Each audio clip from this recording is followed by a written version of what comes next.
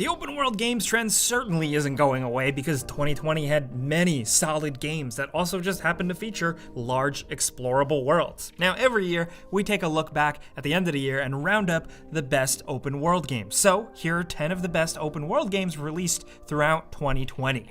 Starting off at number 10, let's talk Mafia Definitive Edition. This game takes you, the protagonist Tommy Angelo, and drops you into the fictional city of Lost Heaven, Illinois, which was loosely based on Chicago, and man, do they do a good job with this. Just the way the city looks, this 1930s Great Depression, Prohibition type thing, where culture is rapidly evolving and organized crime runs rampant. The districts here are really the most interesting thing for me personally. You have like the downtown area with the elevated trains, the tall buildings, the glitz and glam, the neon lights. Then you go over to more factory style areas, there's suburbs, there's a lot to experience here. Although I will admit a lot of it is just sightseeing since this is based on the original Mafia classic game. There's not a ton of like open world side quest shenanigans here. Mostly it's a straightforward single player narrative. There's no BS out in that open world. It's just set dressing, but it's still fun to explore just because of the tone and atmosphere and just the general look of the buildings, the architecture, all of that. It's just really cool because we don't get open world games like this that often. So yeah, there's not a ton of things to collect or random side missions or anything like that, but the world they built here is commendable and still we think is worth experiencing. Next, over at number 9, we have Mount & Blade 2 Bannerlord, which if there's one game on the list we're kind of making an exception for, it's this one. It's like sort of open world sandboxy. Yes, some of it is separated by load screens, but then you have the main overworld map, which you can plan your conquests and all that. This game is more than you would think. There are RPG elements to it, and you can explore open environments and go about more of an RPG style thing. You can talk to NPCs, you can build relationships, you can engage in the local economy with shops and stuff like that, which the developers did spend a lot of time on. You ride around on horseback or you go on foot, and this is of course all while you build your army and conquer and fight and engage in the world of Calradia. Now the main name of the game of course still is the large-scale massive battles and all the strategy and stuff like that, but we thought pointing out the open world elements were important, especially considering the fact that this game is still ongoing. The developers are still very much working on it. When we first took a look at it, it was technically in early access, and of course modders are also going wild with this. This is definitely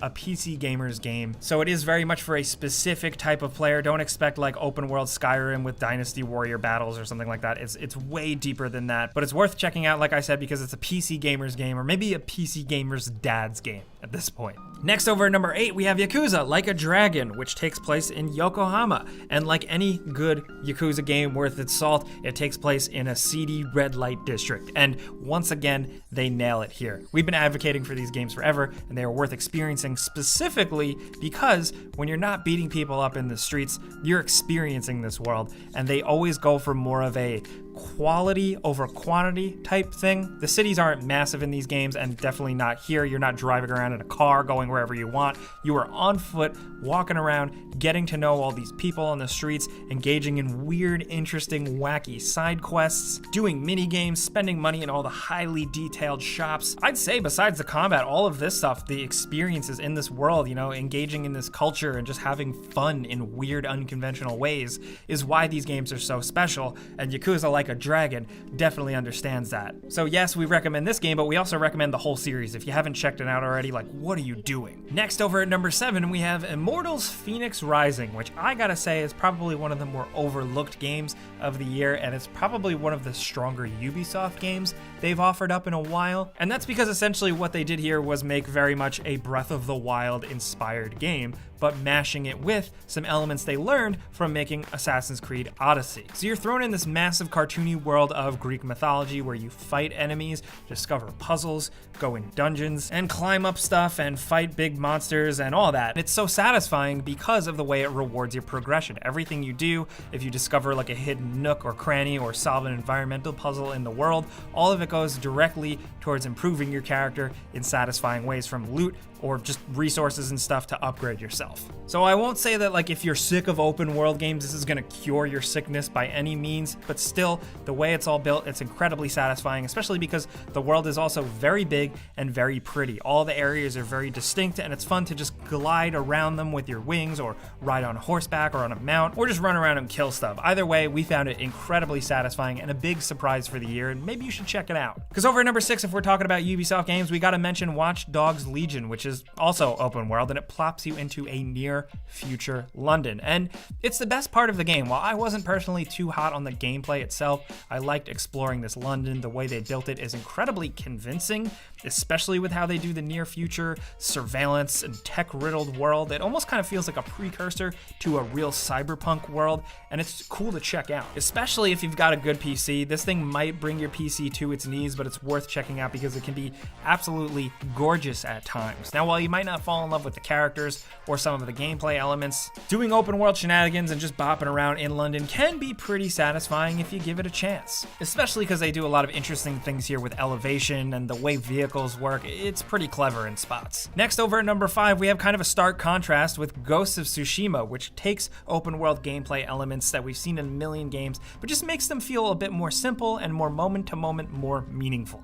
Everything you do in this open world Japanese island, everything you discover, any side quest you waste your time on, doesn't really feel like time wasted or anything like that. It all feels directly meaningful to either the story and developing the world and Jin, the main character, or improving your character, like getting maybe a cool new katana or some very important resources. But it's done in a very natural way with how the game organically guides you from place to place with visual cues on screen, so you're not constantly accessing the minimap, and it's not overblown with a bunch of clutter. Not to mention like the combat and the story just make it a fantastic game all around, but the actual world is beautiful and fun and worthwhile to explore, and that's important. Now, next over at number 4, we have Cyberpunk 2077, the big open world game of the year, which has had some issues. We've talked about it to death. I think everybody has. Cyberpunk has a lot of bugs and glitches and design flaws that make it a little tricky for everybody to enjoy. But we think beneath all of its problems and its shortcomings, there is still a pretty decent, solid game there, and at the top of that is probably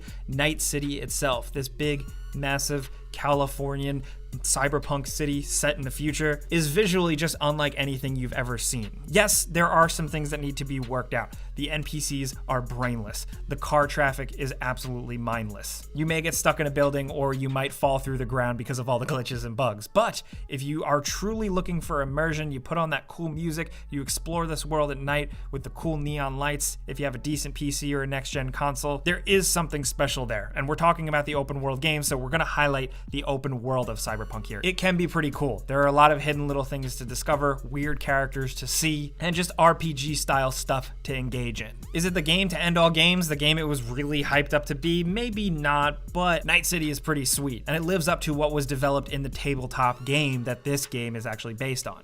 Next at number 3, we have Spider-Man Miles Morales, which many people will chalk up as just glorified DLC, but for me personally, I felt like I got my money's worth. We all did here at GameRanks, and part of that is because exploring the world is just as fun as it was with the original Spider-Man PS4 game, because you can't beat swinging around. It's just so much fun. It's more fun to get around web swinging than it is driving a car in any other open world game. So even if you're just going to do another random meaningless side quest, the fact that you're swinging and jumping and flipping and wall running to get there is awesome. But I'm not discounting the game. Spider-Man Miles Morales does take steps to make the side quests interesting and meaningful to what is going on and to developing and building out the world around Miles, and it works. Plus, it's worth pointing out that the world is beautiful. It features different times of day, different weather patterns depending on what you load in, and it's set around Christmas time in New York City, which is one of the most magical places in the world. We're absolutely, completely biased being from here, but a Spider-Man game in the snow around Christmas time with all the famous landmarks, with all the bows, all the Christmas lights, they just really nailed that, and it's cool. It's worth experiencing, dude. Now down to number 2, we have Assassin's Creed Valhalla, which is another big old Ubisoft open world game, but the near ancient setting of London is very cool, and it's very fun to explore it as a Viking, cruising around the environment on your boat through these rivers. Hopping off your boat, raiding and pillaging, or just doing regular old Assassin's Creed exploration can be very satisfying. There's still a lot of things to accomplish here. There are tons and tons of things riddling the map to keep you busy, but it's worth pointing out that some of those side quests you'll stumble upon, some of those characters you stumble upon are really, really interesting and really out there. I think this Assassin's Creed game, more than any other in the past, was allowed to just go totally buck wild with the side objectives and try wacky experimental stuff and just weird story concepts. That, more than anything, for me, made this game memorable. While in some ways it just felt like another one of these games, the random things they make you do out in this massive open world can sometimes be pretty cool and very entertaining. Now down to number 1, if we're talking open world games of 2020, we're gonna go for the unconventional pick for number 1, but it should actually be the most obvious. It's Microsoft Flight Simulator, because it has like basically the whole world. This open world game uses real world data streaming in, weather patterns, map data, to give you the experience of flying anywhere in the world, and it is absolutely incredible and downright a sight to behold. What they built here is incredibly impressive, even if you want to put on a more casual setting and just fly around easily and not really engage in the more hardcore simulation stuff. It's kind of like experiencing Google Maps for the first time all over again. Remember when you first discovered Google Maps and you were like, hey, let's look up my house, or hey, let's look up my school? Basically now you're doing this in an airplane in 3 dimensions, and it's pretty dope. Especially with the way they do it, with the way it's designed, with all the effects, the real world wind physics, the detail on the ground level. It all really sells it and makes it feel engaging and like you're actually experiencing a world. Especially in 2020, a year where a lot of us were locked up in our homes, this was a fun way to go sightseeing. Full stop. Those are some of the best open world games from 2020, but we got some bonus games we also want to mention. First of all, Dragon Ball Z Kakarot, which released early 2020. A lot of people forget that, but that let you fly around as Dragon Ball characters in big environments. No Man's Sky Origins also deserves some love, because No Man's Sky has become an incredible open world galaxy space game thing over these years. And also Need for Speed Hot Pursuit Remastered released this year, which kind of puts you in an open world driving location. Crysis Remastered also released this year and plopped you in a big open tropical island setting. And the indie darling Cloudpunk. These are some of the best open world games from 2020, but we'd love to hear yours down in the comments. If you have your own top 5 or your own top 10, be sure to let us know. If you enjoyed this video though, and maybe had a good time or learned about something, clicking the like button is the best way you can help us out. We would really appreciate that. And if you're new, consider subscribing, maybe hitting that notification bell, because we put out videos every single day. Either way though, thanks for watching, and we'll see you guys next time.